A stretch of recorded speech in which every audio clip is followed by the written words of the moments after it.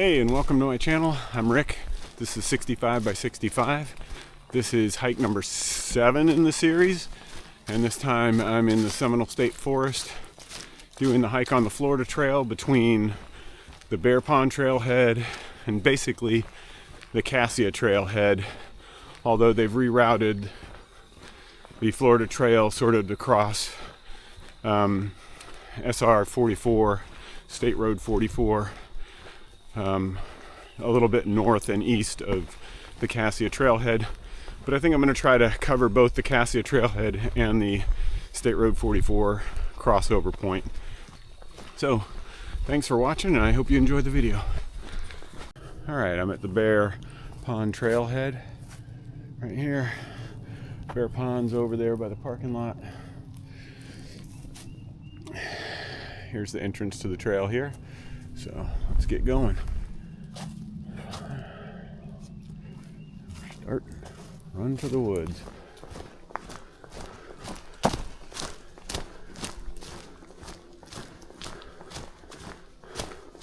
2 miles to shelter. I think that's the, I don't know what creek this is, but it's really lush through here though. Anyways, here's the hikers must sign register before proceeding. Alrighty. Alright, all signed in. The sign-in sheet's in the mailbox. And away we go. A little less than 2 miles in, and there's a nice little bench there that you can sit on. This is a nicely maintained piece of trail here. Oh, nice. Eagle Scout project. Those scouts are the best, man. This is a really nice project too. That's some serious timber. Well, this has turned into a nice little shaded pathway. Nice canopy of trees over the road. I love these big shady oaks. Anyways, I'm almost to the camp. I'm going to stay tonight. Once I get there, I'm going to take a break, and then I'll be walking for about another, I think I got another 12 miles today after this. So, but I'll take it slow, and should be back to camp before it gets dark, well before it gets dark. So I made it to Blackwater Camp, number 5. I think the camp zone is for anybody that's a thru hiker and doesn't reserve it. So I don't know how far the camp zone is from the actual picnic tables and stuff, but let's take a look and see what this is like. So the yellow zone, this yellow zone here is for thru hikers to camp, and then up ahead is the actual Blackwater camp, and I think there's somebody there that I might know and has been in some of my videos before. So it's Steve. I thought I was going to be packed up by the time you get here. Big Dipper. I just got out of the water, actually. Did you? Yeah. Good thing. That would have been spooky to come up on that. Yeah, you know, and I've never really been a nudist, but it's kind of freeing to be out here. Oh wow, this is big.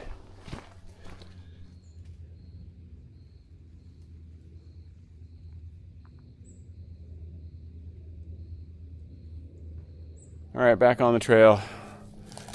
Found this guy. So that'll make it much more adventurous. So this is the Blackwater Creek that the camp is on. This is just a nice cement bridge for the bikers and the cars to get over. It's beautiful through here, though. Steve was misbehaving. Look. No swimming. Don't feed or molest the gators. See, Steve? No swimming in the river. Okay, this is a little on the nose for a road name. Really? Sand Road. I guess so. So we came up Sand Road, made it to this big intersection, and we were looking for the Florida Trail. And right before you make it to the intersection here, you gotta look for the Blazes on the right hand side here. So it's a little bit subtle to find the Florida Trail, but you just cut right before this intersection here.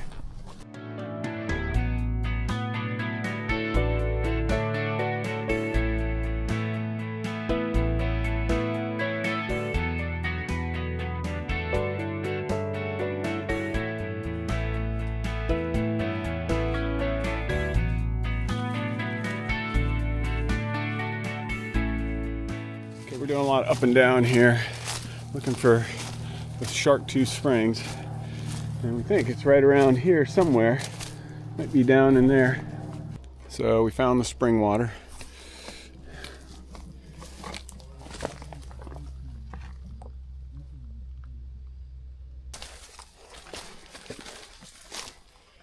Oh yeah, I can definitely pump this water. If it's considered a trail or not. Yeah, I don't think I... Oh, look at that. Here it is. This is probably a spring head right here. Oh yeah. So here's the source of the spring. Wow, it's just a hole in the ground. Wow, it's kind of a sinkhole around here too. It goes way up above. So this was about 200 yards off the main trail. So you'll see a split in the road. I'll show you. So this is a split in the trail here, where if you keep going on the Florida Trail to the left, up through the Blazes, that's how you get back to the trail. On the right, that's the trail that takes you down to the Shark Tooth Springs. So water was beautiful. Thank you for the pointer. Just doing my part, sir. Good job. Steve's abandoning me. I think I'm out. he knows there's trouble ahead. And he does do trouble. He is trouble. But anyways, bye Big Dipper. Check in with me later. Yep, will do. You too. All right, I guess I'm on my own.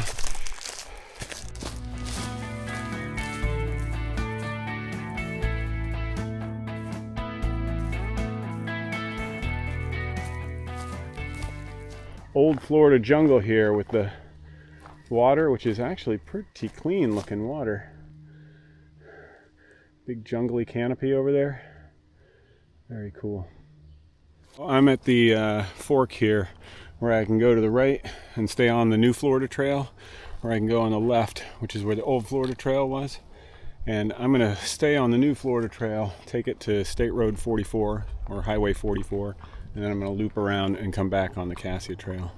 And hey, how's it going? Good, how are you? Good. Are you lost? Nope. Oh. All right, dummy. Come on. This is the parts of trails in Florida I'm not a big fan of, where it's all really deep sand. I don't know if you can see how deep that sand is. Makes it really hard to hike in. And then you're kind of just exposed out here to the sun and no shade. Nice thing is it's kind of cool today and there's a bit of a breeze, so I'm not too uncomfortable. Hopefully this isn't going to last too long, but we'll see. All right, after about a mile or so in the open sun and some sugar sand, finally made a little bit of shade.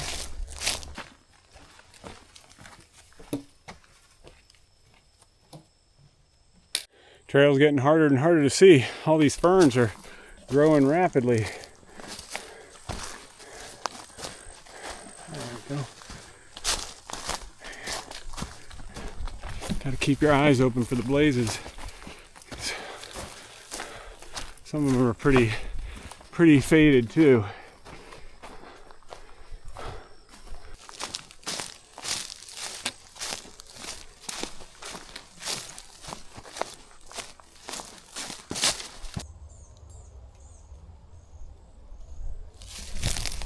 Thanks, volunteers.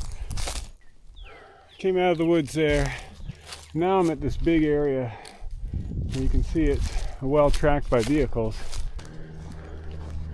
All right. Passing the Iron Cross.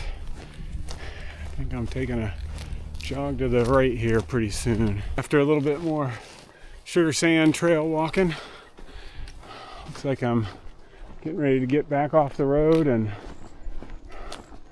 back onto the trail. Whew.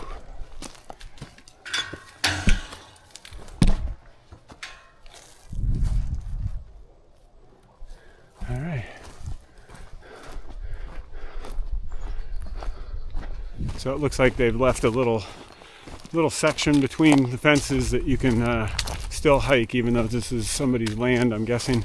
So be respectful and stay on the trail they've given.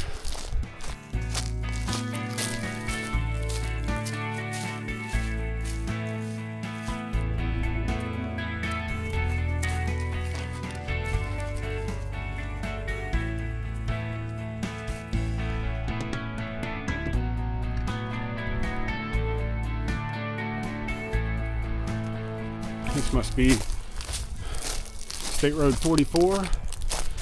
So, yep, this looks like it.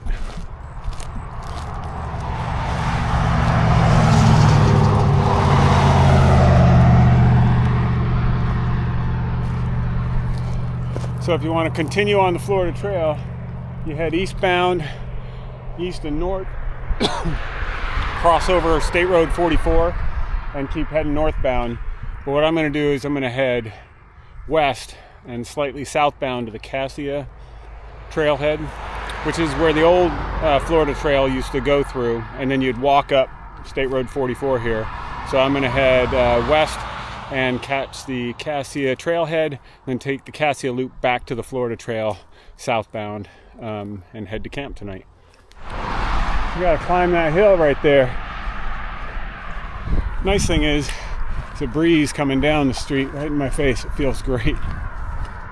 So, I think I'm more than halfway done with the highway hiking, so I'm in good shape. So I made it to the Cassia Trailhead. Nice big parking lot here. And they've got, I think these are just pit toilets, but oh yeah, that's nice.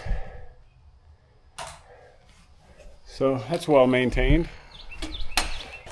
I like how they keep you from riding bikes or going on a horse by making a bar that's too low to cross. Oh. Wow, look at this oak tree. Whew. All right, back on trails again. Nice and quiet, I like this. I made it to, well, it used to be called Boggy Creek Lake, and now I think it's called Jordan Lake or Lake Jordan. I'm gonna take a break here, check out the lake, have a little snack, and that's Boggy Creek Camp over there. So this is the lake. They can take out the boats on the lake and do pedal boats and canoes and stuff like that. So nice, pretty lake. Nice breeze coming off it too. Let's see if I can wash my hands off here. Waterproof to a certain point. Oh, that's some dirty water. Yeah. Okay.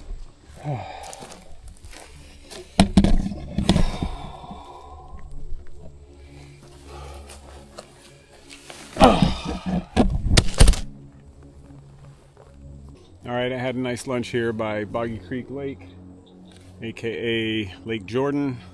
Well, that was lunch. All my stuff's gone. I'm back on the trail. I'm back to the road that will take me back to the Florida Trail. Just down this road, I should meet the intersection where I split off and did the new Florida Trail section. Well, new is in 5 or 6 years old. And like I said, I came back the Cassia Loop, which is the old Florida Trail.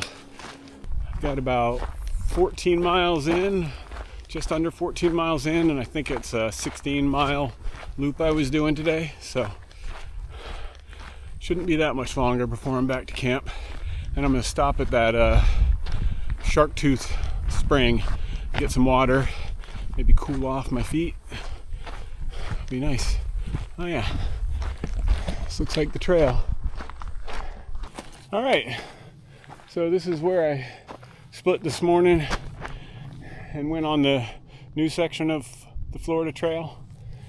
And I just came back on the old section of the Florida Trail from the Cassia Trailhead. This is where the ladies were riding the horses this morning.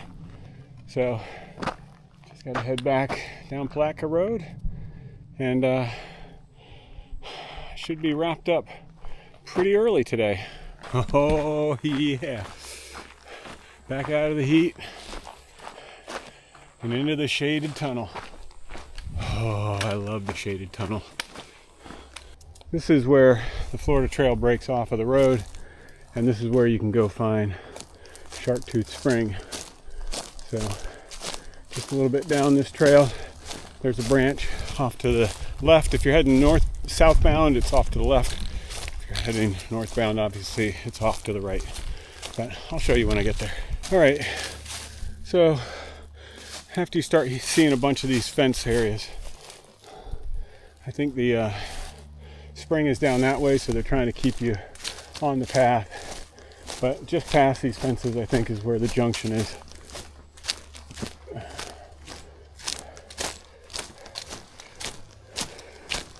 Yeah, so this is the junction. You go that way, you're on the Florida Trail. You go to the left here, this will take you down to Shark Tooth Springs. So, and there she is. Spring is up that way. Well, there was a father there with his son, so I didn't want to record while they were there. But I had a nice conversation with him. Gave me some tips on other places to hike and camp in the area. Sounds like fun. But took like a 20-30 minute break. Washed my feet off in the water. Felt so good. So just got like 2 miles back to camp, and I'll be done hiking for the day. Once I cross over that bridge, I'm almost back to Blackwater Camp.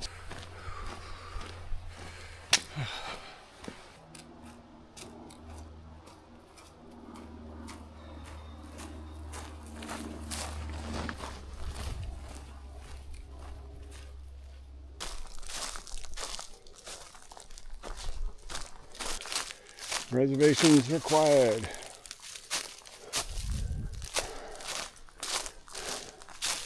And this is camp for tonight.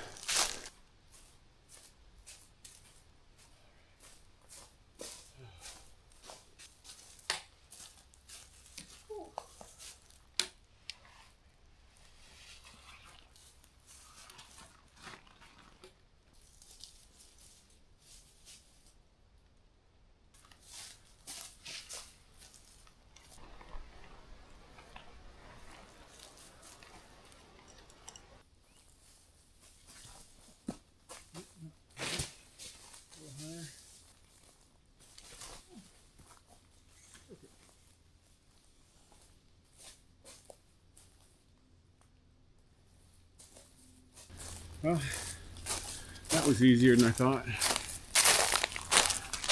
All right, this is camp. Got a fire ring, benches, picnic table, a little place for my tent. And then there's a nice little path down to the water here. I'll take you down there.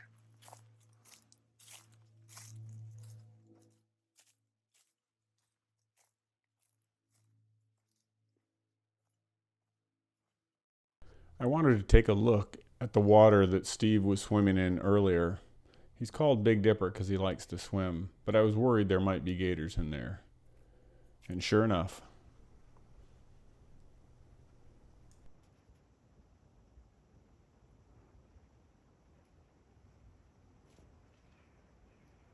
That thing is gone. That was definitely a gator.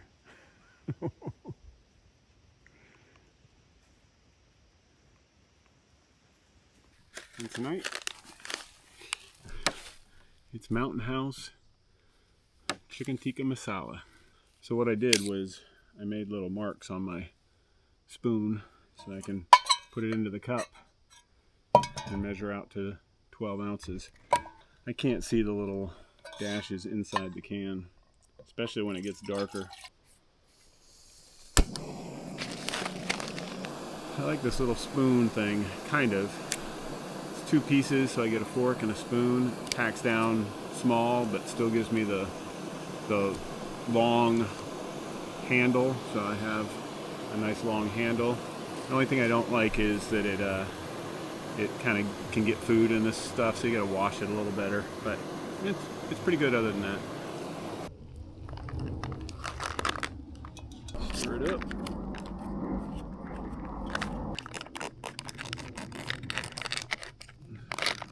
Put it in its pouch. Start a timer. All right. So that was 10 minutes, not 5 minutes. Well, it was 5 minutes and I stirred it, and then I did 5 more minutes. That looks pretty good. Look good? Gotta let it cool a little bit. I put it in that pouch to keep hot. And now it's so hot that I probably can't eat it. I think I'll probably turn in early tonight. I don't have much to do. Set up something so I can get a fire going a little bit later. So I might do a fire. I don't know. Maybe, maybe not. We'll see. Might just turn in early. I'm going to pack out of here at about 5:30 or 6 tomorrow morning. I got to get back home early. I have stuff I've got to do tomorrow morning back home. So probably an hour and 15 minutes for me to hike from here back to the trailhead where the car's parked. Probably skip breakfast in the morning. I have a snack bar I'll make some coffee maybe. I can always stop at McDonald's or something, get an egg McMuffin or something. We'll see. Anyways, signing out for dinner time. Yeah, I wouldn't be sleeping in this. I mean, swimming in this dark, murky water. All the gators around. No, thank you.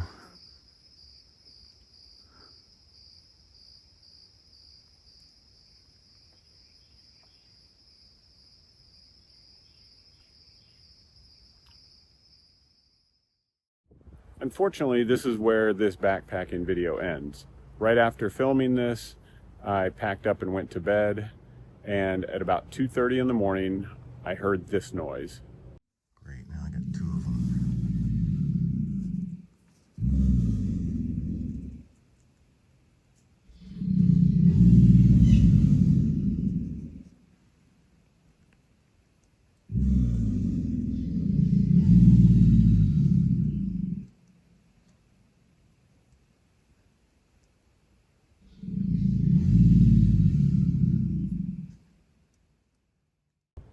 This woke me up, and immediately I growled and yelled at whatever creature this was, thinking I could scare it off. But after a few minutes, I didn't hear any movement, and the growling continued about every 5 minutes. So I looked it up online and saw that alligators actually do this noise and growl when they're being territorial or when they're mating. So I figured I'd go to sleep and just listen for if it got any closer. But after about 45 minutes, I realized I was never going to get back to sleep. It kept happening, and I was actually worried that the alligator would get closer to my tent. I got up, I packed up, and I hiked out at about 4 in the morning. It was dark, so I didn't film any of the hiking out, and that's where this video comes to an end. But I thought it was kind of an interesting story, and it's one that I tell my family and friends. I've let them listen to the audio and asked them to guess at what kind of animal they thought it was. So if you're ever out in the woods in Florida and you're near a water source and you hear that noise, that's what you're hearing. Hey, so I finished my hike for the day. I got in about 16.5 miles, which is by far my longest hike in a single day. And it went pretty well. My feet don't hurt too bad. My muscles aren't too sore. So I'm pretty happy with how that went. I got here early this morning to the Bear Pond Trailhead, and then I hiked up to the Blackwater camp where Steve, Big Dipper, the guy that I've hiked with on the last couple hikes, was staying last night.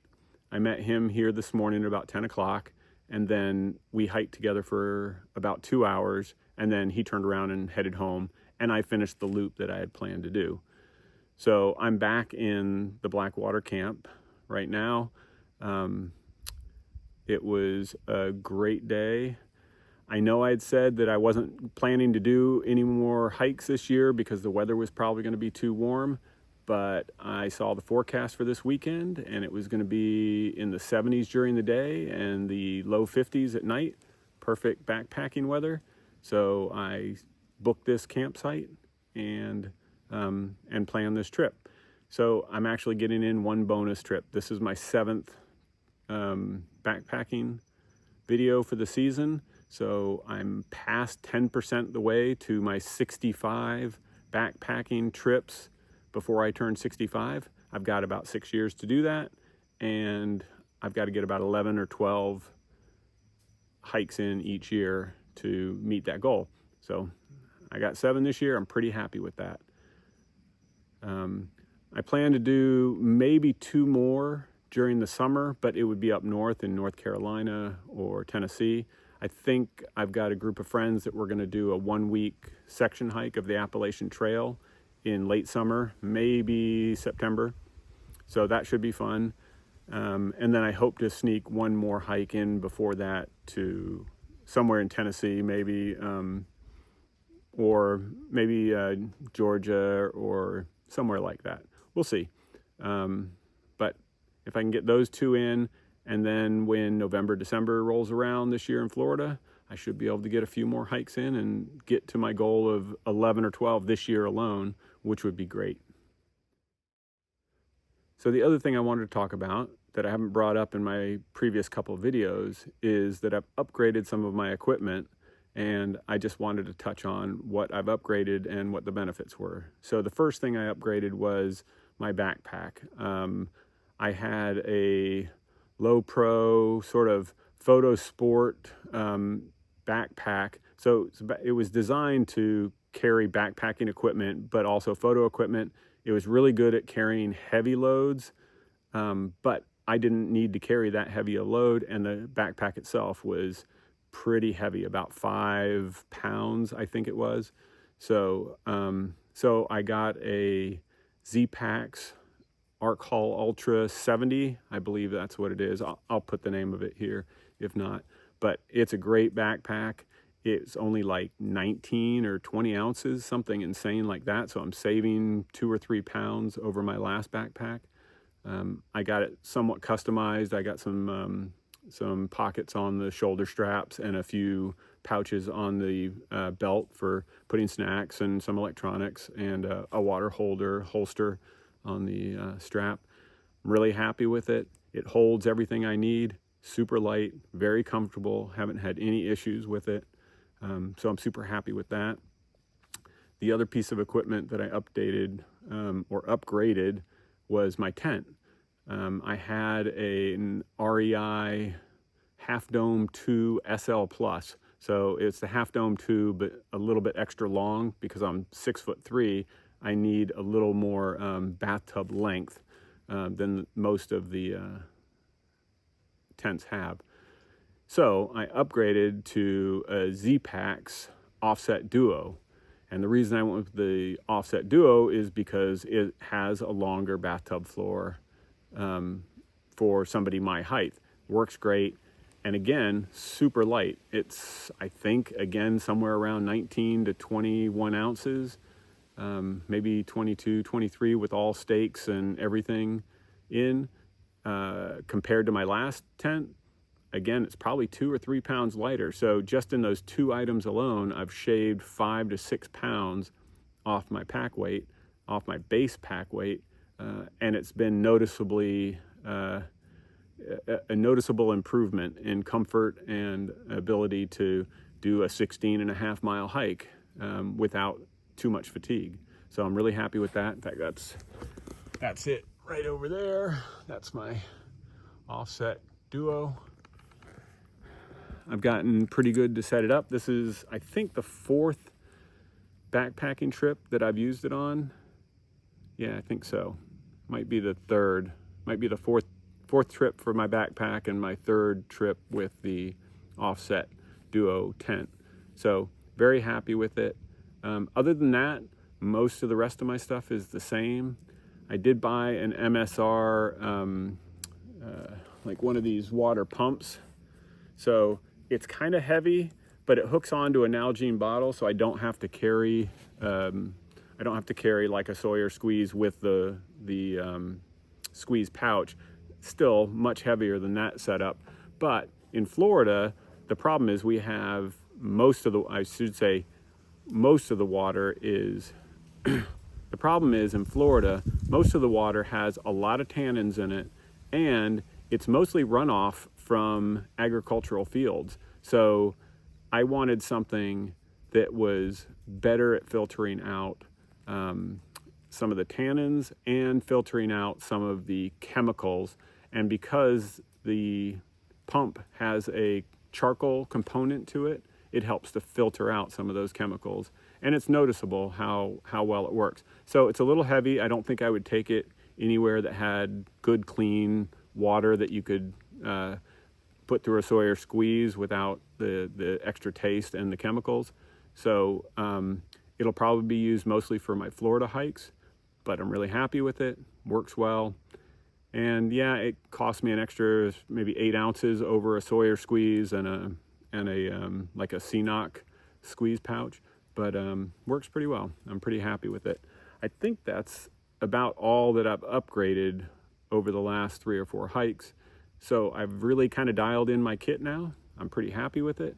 And hopefully when I go on this trip in up to the Appalachian Trail, I'll get a good long run at it, not just 1 or 2 nights, but maybe a whole week. And that'd be great to see how well it performs in that kind of situation. So anyways, I hope you're enjoying these videos. I thought I'd just share a little bit more about what's going on since I had some time this evening. And yeah, hope you continue to enjoy these videos. Thanks for watching.